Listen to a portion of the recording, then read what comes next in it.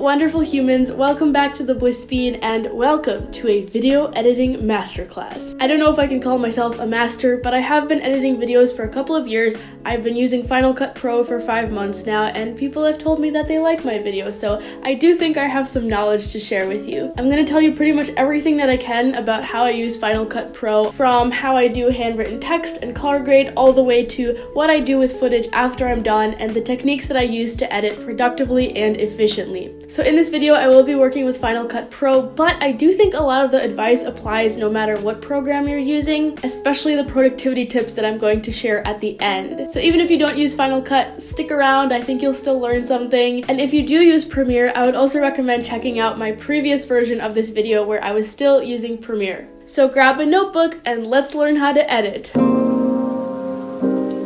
So the first question that I wanted to answer is something I've been getting a lot. Patrice, why did you abandon Team Premiere and switch to Final Cut Pro? So I used to have the full Adobe suite, which was $20 a month for students and teachers and $53 a month otherwise. So a few months after graduating high school, I decided to downgrade to a photography plan, which only includes Photoshop and Lightroom for $10 a month. I could have added on Premiere as a single program for $21 a month, but the one-time $300 cost of Final Cut Pro became a better deal if I used the program for more than 14 months, and I definitely intend to be editing videos for longer than 14 months. So mainly it was a financial decision. I'm not super well versed in like the back-end tech side of video editing, but from what I've read online, it seems to me that the general consensus is that playback with Premiere is a little laggier, it tends to crash more often, and as someone who has worked with both Premiere and Final Cut Pro on my aging early 2014 MacBook Air, both programs struggled a lot, but I do think Final Cut Pro worked a little more smoothly. Final Cut Pro is also just a simpler program, which might be a downside if you're working with really complicated projects. Like one project came to mind was a freelance video I did where I had to interview a bunch of people on the street and I asked them all the same questions, and then I had to cut up all my footage and color code it by question and do all this arranging. I did that on Premiere and I don't know how I would have accomplished that on Final Cut. So if you're trying to, I don't know, put together an Oscar-winning documentary, I don't have experience with that. I don't know if Final Cut Pro will do the job for you, but I do know that YouTube videos are generally pretty simple, and so in my experience, working with Final Cut Pro has actually made video editing a more enjoyable experience, and I do think it has made me faster at editing as well. So I used to film with both my Nikon D5200 and my Canon G7X Mark II. I've since started using only my Canon. It's just simpler to use one camera. I love the footage that I get from it. The autofocus works really well. The image stabilization is great. It's small and light and easy to deal with, and it's also just easier to color grade my footage if all of it came from the same camera. For settings on the camera, there's a menu that allows you to set picture styles, and I learned somewhere that you want to use a flat profile to preserve as much of the information about the image as possible. That will make it look better once you color grade it. So this camera comes with a default neutral picture style, which you could probably use, but I went a step further and I made a custom picture style, and if you want to, you can just copy the same settings that I have, but you can see just switching between these how the custom one looks a lot less contrasted, a lot more muted. As for the video settings, I always shoot at 1080p 60 frames per second to give me the freedom to slow it down if I want to. For a microphone, I just use my phone, which is sitting in front of me right now. It is an underrated recording device, let me tell you. Usually my filming setup is just a pile of boxes, so somewhere within that mess, I'll place my phone with the bottom end pointing towards me.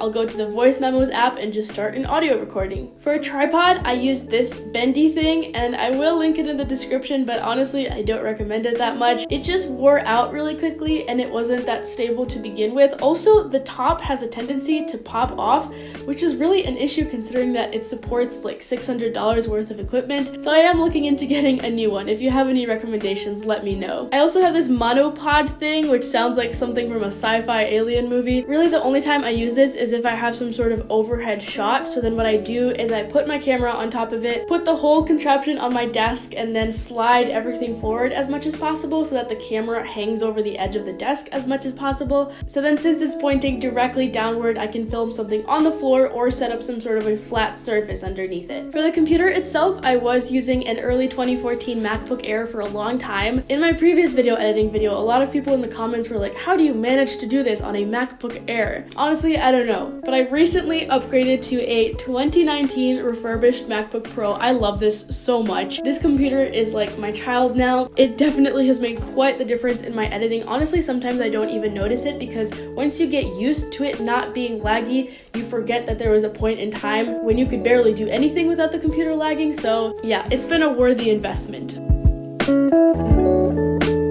So after an exhausting filming session, my SD card is full of video clips and my phone is full of audio clips. I recently got this adapter thing for my new computer that goes from whatever this is called to 2 USB ports, micro SD, SD, and QXD, I think. So I plug my SD card into my computer along with my Samsung T5 solid state drive. A solid state drive and SSD works faster than a hard drive, but it's also more expensive. So this basically serves as a temporary storage space for the footage that I'm currently working with. It has 500 gigabytes, which is plenty usually for storing only the projects that are in progress. So on the solid state drive, I will create a new folder starting with what the destination for the video is. So YT, IG, IGTV, the date I'm going to publish it, and then the name of the video, and I'm just gonna pretend I'm editing my morning routine video right now. I dump all of the footage into that folder, and then while it's transferring, I go on my phone and I rename all the audio clips that I just took just for better organization.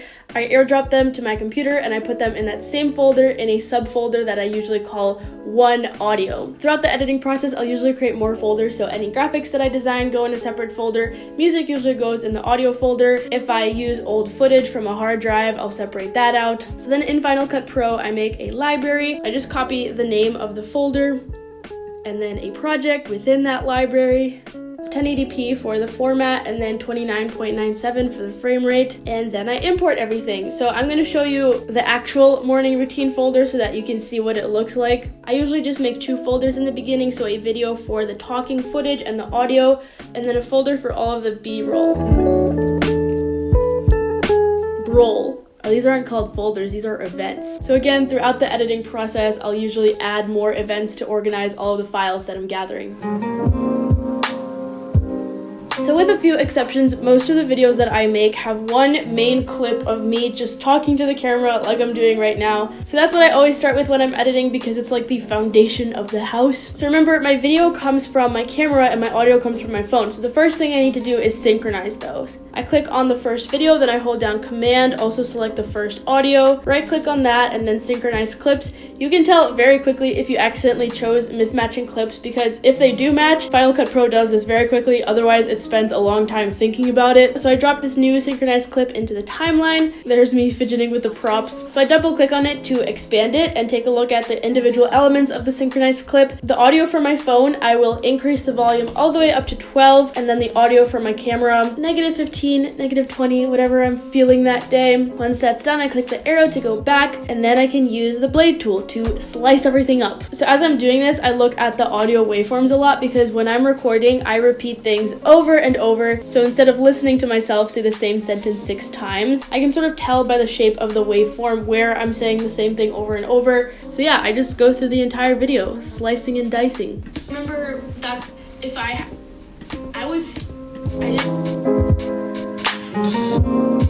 So once I reach the point where either the video or the audio cuts out, I just have to go back to my footage and create a new synchronized clip. So because the video cut out, I go to the second video clip, but still the first audio clip, synchronize those, and repeat the entire process. Once that foundation is entirely in place, it is time to spice up your video with some B-roll. I think when I watch other YouTubers' videos, the B-roll is what I notice the most because it's not technically necessary. You can just have a video where you're talking to the camera. B-roll takes a lot of planning, a lot of time, a lot of effort, but it really makes your video more engaging, more professional. So yeah, my recommendation is to take the time to shoot some B-roll. I usually record it in whatever order it was most efficient to record in, so my files here won't be in the same order that they'll show up in the video. In other words, I can't just be like clip 1, clip 2, clip 3, clip 4, because it's gonna be more like clip 1, clip 2, clip 3, clip 4. Does that make sense? So the way that I do this usually is I will just play through the entire video, and because I plan my videos out in advance and I've basically visualized the entire thing already, as I'm listening to the talking footage, I remember what B-roll I intended to place there. So I just go and find it from all of my footage, drop it in, easy peasy. By the way, some keyboard shortcuts: as you're watching this clip, you press I to set the in point, O to set the out point, and then Q drops it into your secondary storyline. My computer's being really loud right now, so I hope this doesn't show up in the audio.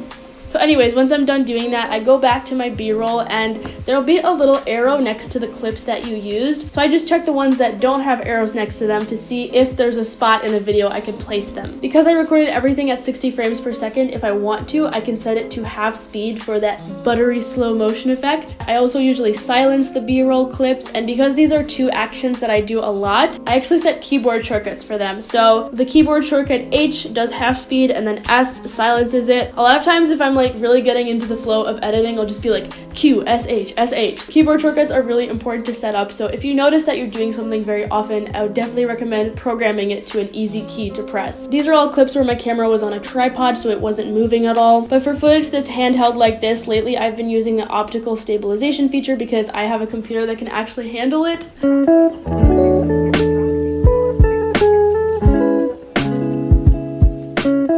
So at this point, the basic structure of the video is in place, and I'll just play through the whole thing to make some fine adjustments. A lot of times I'll cut out entire sections of talking if I feel like I'm talking too much. I'll adjust the lengths of some of the B-roll, make some notes on edits that I need to do later. I also check up on the audio at this point, so I like to see my audio meter nice and big and clear. So if you click on it right here below your video, it'll show up on the side of the screen. I've heard varying opinions for how loud the talking should be, but generally I try to keep it around 6 decibels. You just don't want it to be constantly reaching the 0 mark because that's where it sounds weird. So usually my volume will change throughout the video. For example, if a long session of filming is slowly draining the life out of me and I can't muster up a loud voice anymore. So in that case, I will select individual clips or groups of clips and just go to the volume tab to bring them to the correct loudness.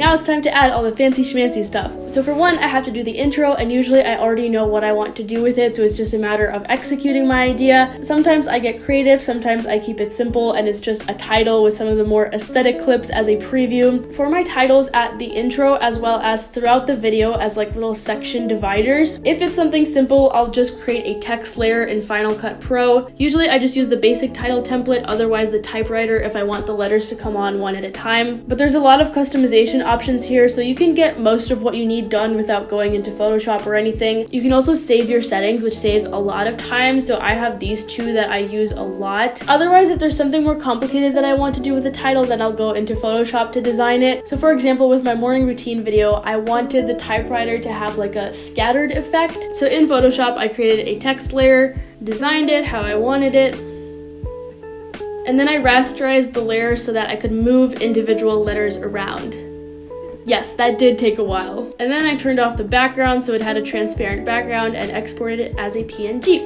I'll also create all of my little doodles at this stage, so wiggly text stuff, the illustrations that I do, or like stars or something. I will do a more detailed explanation of the wiggly text later in this video, so stick around. After that, it's time for the music step. I only put in music after I feel good about the structure of the rest of the video, because if I put in music and then I delete a whole section of the video, everything gets messed up because I really pay attention to how the music pairs with the video that's playing at the moment. So then I would just have to move everything around, and that's such a hassle. I usually get my music from this channel called Audio Library. They work with artists to compile music that's copyright free. You just have to include a credit in the description, which they make really easy. You just copy it from their description and paste it into yours. For extracting and downloading the audio, I use this website called ytmp3.cc. I can't guarantee that it won't give you a virus, but it is a quick and easy way to extract it. So once I have a song, I will usually put it into my project folder, as well as this big folder of video music that I have, because I just want to like build up an archive of songs that I've used in the past. So I import it into Final Cut Pro, drop it into my timeline. Generally, I'll keep it pretty loud for the intro, and then once I start talking, I just go a little bit before that and I make a keyframe, and then a keyframe shortly after I've started talking, in order to bring down that volume. Now, the volume of every song is different, so I can't give you an exact number, but usually I bring it down to like -12, -15, -20. I also go through the rest of the video, and if there's any like transitions or montages where I'm not talking, I just bring up the music for that part. Usually the song is not long enough to last the whole video, so I need to copy and paste it. So sometimes if it sounds natural, I'll just duplicate the song and have it back to back. If it has some sort of a weird intro or outro, I'll cut that part off so that it's just nice, chill background music that you can kind of tune out and almost not pay attention to. I also try to put that transition point in a spot where I'm talking so that my talking covers up the fact that the song just restarted. Or if it has some sort of a cool shift, then I'll actually use it to maybe like emphasize a new topic that I'm bringing up or emphasize a transition or something like that. And so now, more than ever, I am desperately hanging on to the consistency that my I've been getting so many questions on this. First of all, a lot of people phrase the question as like, what filter do you put on your videos to make them all look the same or to look aesthetic? And it's really not as simple as just dropping a filter on there and being done. It is a different process every time that I do it. It takes a lot of time to do them, but I'll try my best to explain how I do it. So a while ago, I downloaded this plugin for Lightroom that lets you take a photo that you're editing in Lightroom and it will take those settings and convert them into a LUT, which is a filter for a video, basically. It won't look exactly the same because photos and videos are just different, and also not all photo settings have equivalent video settings, but it's a place to start. So in Premiere, what I used to do was I would make an adjustment layer, stretch it across my entire video, and apply the LUT to that. Final Cut Pro doesn't really have adjustment layers, so I had to find a workaround. I downloaded this custom file. It basically functions like a title, except there's no title, it's just blank, so whatever effects you apply to it will apply to whatever is underneath it on the timeline. So I drop that adjustment layer into the timeline, and then I go to my video effects and I grab the custom LUT effect. I actually drop it on there twice because lately I've been mixing two different presets, but I'm just extra like that. So the first one that I have here is called Pale Skies, and then I'm going to turn this off so you can see the other one. The other one is called Film. So as you can see, these are both very vibrant and intense, so I usually bring them all the way down to like 0.2 or 0.1. I'll start with this one. This one just kind of brightens it up. And then the Film one I like because it adds a little bit of like a green tint to the shadows. So that's what we have so far, almost no difference. If you click up here, you can see the color boards, and I use the exposure one a lot to bring down the midtones so that there's more contrast. I also use the color board a lot, and I will bring the midtones up and to the right to give it a little bit more of a blue pink tint rather than a orange green one. I've also been using the color curves, so usually I will bring down the highlights a little bit, bring up the shadows. This is what you call an S curve. It just makes the video look softer overall. So I usually mess around with this for a while. I'm going to show you the original project so that you can see what my color grading actually looked like by the time that I was happy with it. This is a process I still struggle with, but I think it gets easier as you practice and you kind of start to find your own style. So then I go through and I stretch that layer across my video, make sure the B-roll is also under it. Because every clip looks different, one might be darker, one might be warmer, for example. I often need to make adjustments to one specific clip, so instead of making the adjustments to that layer, I will click on the clip itself and do whatever it is that I need to do. So for example, maybe I want to brighten this clip up, I would bring the midtones up a little bit. If I have a group of clips all in a row that need the same adjustments, for example, let's say here a cloud passed in front of the sun, and so I need to brighten up all of these clips. In that case, I will either copy the adjustments that I did to this one and then Command-Shift-V to paste the color board effects to the other clips, or undo. I will cut out a section of that adjustment layer and make whatever adjustments I need to that directly. The end screen is that frame at the end where the YouTuber will direct you to some of their recommended videos or a link to subscribe to their channel. I designed this little collage thing in Photoshop about a year ago, and I definitely need to update it, but for the time being, I have exported as a JPEG, so anytime I'm making a new video, I just import that JPEG, put it at the end, and stretch it to about 15 seconds. I have the music going up where I say bye, and then it goes all the way to the end of the end screen, and then I use this little slider thing in order to make it fade out. Thank you so much for watching, and I'll see you next week. Bye! Finally, after hours and hours, you are ready to export your video. Once I'm ready to share my masterpiece with the world, I go to File, Share, Master File, because if you export it to YouTube, it will upload it directly to YouTube and it won't save anything on your computer, and we don't want that. So the master file is the default option. I just add Final to the title, quickly scrub through to make sure that it is the whole video and nothing extra. For the settings for the video codec, you want to use H.264. Everything else looks good. Next, and save. Now you wait. But while you're waiting, I'll teach you a few more editing tricks.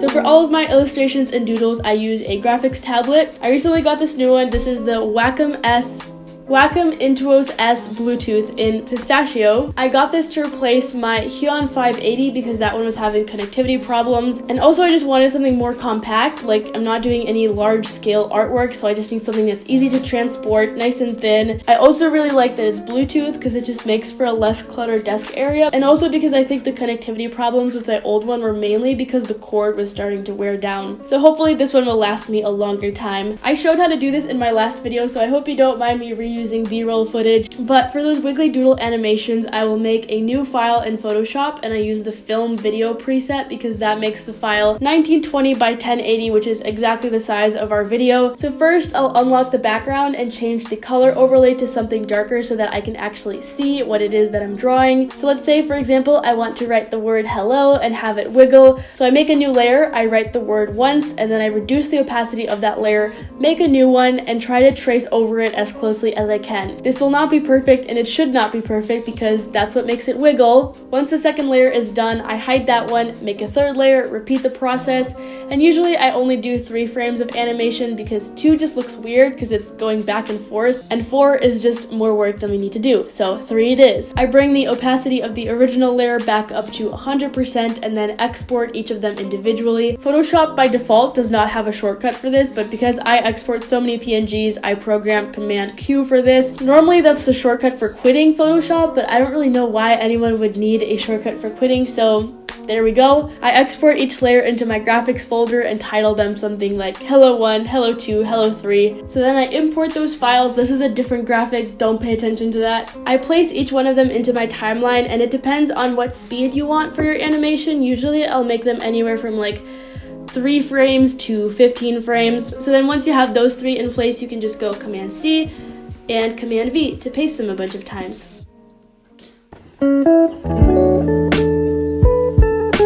Alright, next I wanted to show you a couple of my favorite effects in Final Cut Pro that I've been using. This is totally a matter of like personal style preference, but I just wanted to show you my favorites. Bad TV makes it look like a bad TV. Prism does almost like that 3D glasses effect with the separated colors. You can apply a frame to your video, and there's a bunch of different styles that you can choose from. My favorite is the 35mm one. It looks like just a shot from a camera. And then camcorder is a fun one if you're going for that vlog aesthetic.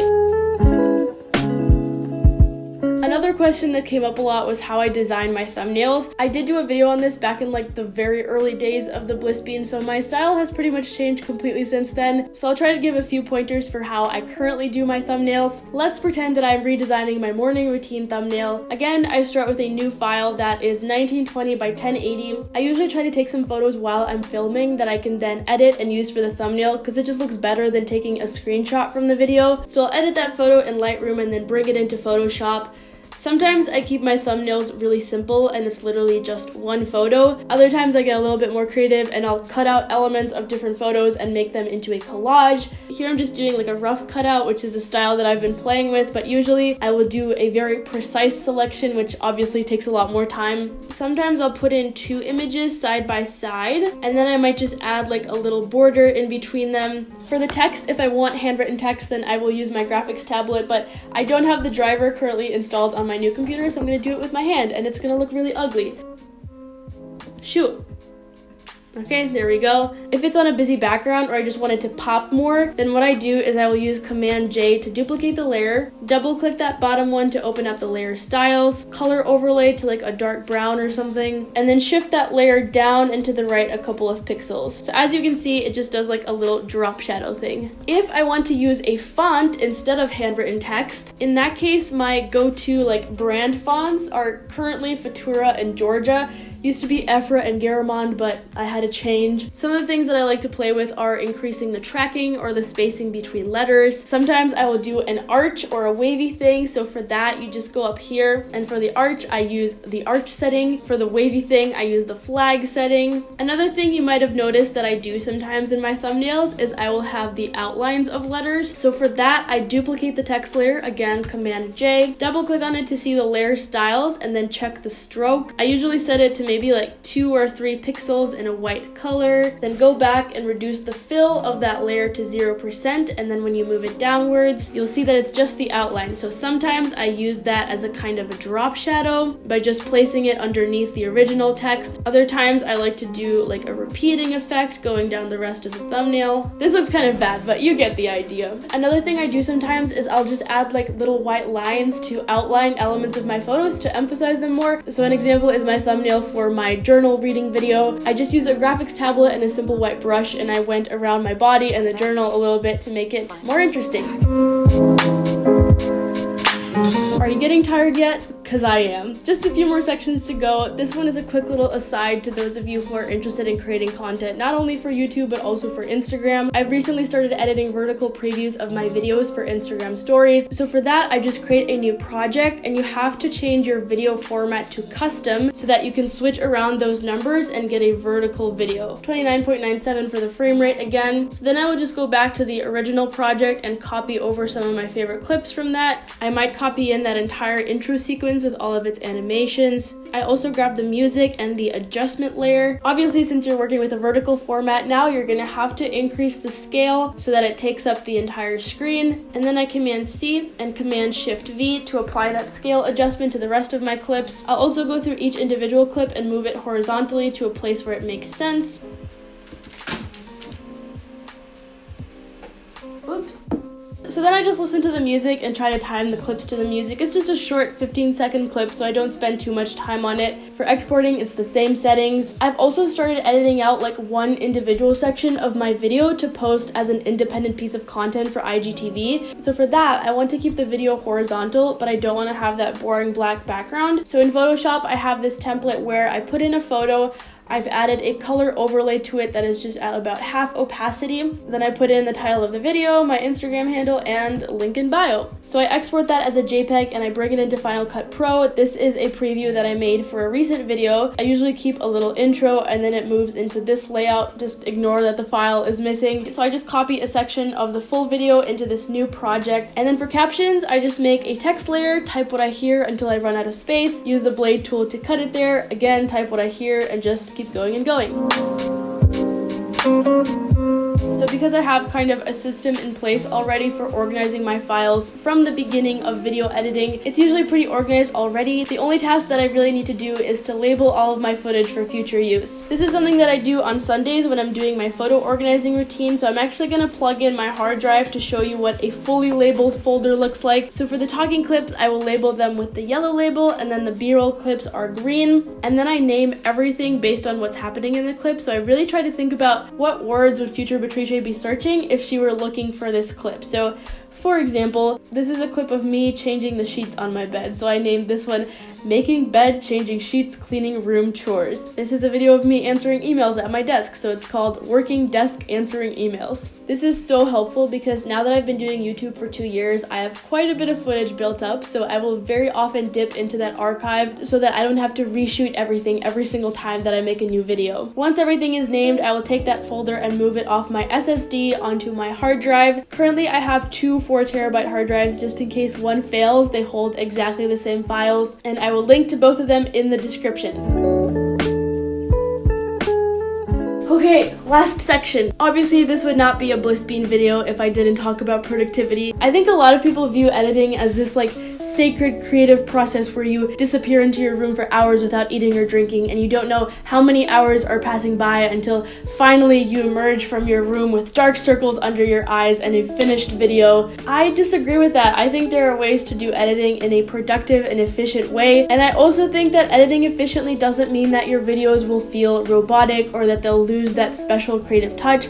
Personally, I think that productivity and creativity support each other. I think I am better able to not only come up with creative ideas, but actually successfully execute them because I stay organized in my process and because I manage my editing time. So here are some productivity tips for editing. First of all, I recommend using the Pomodoro technique. This is where you work for 25 minutes and then take a break for 5 minutes and then repeat that over and over. I know it might feel weird to apply this to a creative activity because normally it's used for like like schoolwork, writing, etc. But I think it's just as important for editing because editing can get quite tiring and you need those 5 minutes not only to get your blood moving and get oxygen to your brain, but it's also a really good mental break. So when I'm editing and I step away from my computer for 5 minutes, I'll use that time to think about what did I accomplish in the last 25 minutes? How's my video looking? Maybe I'll set a goal, like I want to finish all the color grading in the next 25 minutes. Or I might come up with a creative idea that I wouldn't have otherwise come up with if I had just stayed sitting in front of my computer. Related to coming up with creative ideas, I think it's really important to have a place to write things down as you're editing. So many ideas will pop into your head while you work and they'll just disappear again if you don't write them down. So I have this notebook and I will just set aside a page to keep near me while I'm editing. It'll have lists like what title frames do I need to design, what doodles do I need to draw, what B-roll I might still have to record, etc. Having this list on hand also helps you to effectively task batch. Task batching is where you do similar tasks all at the same time. So for example, to avoid going back and forth between Photoshop and Final Cut Pro, wasting time exporting and importing over and over, I will just keep a running list of all of the graphics that I need to design and I'll get those all done in one go. I go to Photoshop, I design, check things off, import everything, put it where it needs to go in the video, and then I'm done.